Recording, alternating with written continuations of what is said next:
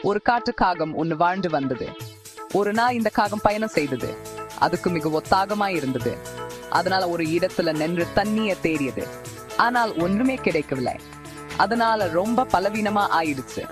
ஆனா தன்னுடைய நம்பிக்கையை விடாமல் அந்த காற்று முழுக்க தண்ணிய தேடி போனது. பறந்து கொண்டே தண்ணி தேடும் போது ஒரு வீட்டை கண்டுபிடித்த காகம்.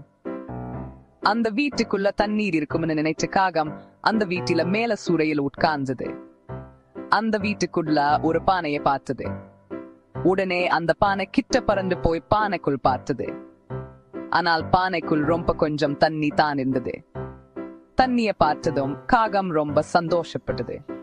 ஆனால் தண்ணீர் ரொம்ப குறைவாக இருந்ததினால் காகத்தால தண்ணீரை குடிக்க முடியல. ரொம்ப நேரத்துக்கு அப்புறம் காகத்துக்கு ஒரு யோசனை வந்தது. இந்த பானைக்குள்ள சில கற்களை போட்டால் நீர் கண்டிப்பா மேலே வரும். அப்போ நான் இந்த தண்ணீரை குடிக்கலாம் என்று நினைச்சது காகம். அந்த யோசனைக்கு அப்புறம் உடனே கற்களை தேட ஆரம்பிச்சது. பக்கத்துல சில கற்களை கண்டுபிடிச்சது. அந்த கற்களுக்கு பக்கத்துல சென்று தன்னுடைய வாயால் ஒரு நேரத்துல ஒரு கற்களை எடுத்து அந்த பானையில் போட்டது. ஆனால் தண்ணி கொஞ்சமா தான் மேல வந்தது. இருப்பினும் காகத்தால அந்த தண்ணீரை தோட முடியல.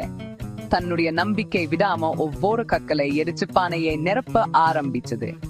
நிறைய கற்களை போட்டதுக்கு அப்புறம் தண்ணி மேல வந்தது. காகம் ரொம்ப சந்தோஷப்பட்டது. வயது நிரம்ப நிரம்ப தண்ணீர் குடிச்சது. தன்னுடைய எல்லா நண்பர்களையும் தண்ணி குடிக்க அழைச்சது.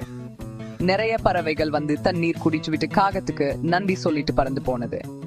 கருத்து: இந்த திறமையான காகம் புத்திசாலித்தனமா யோசிச்சு தனக்கு வேண்டியதை அடைந்தது.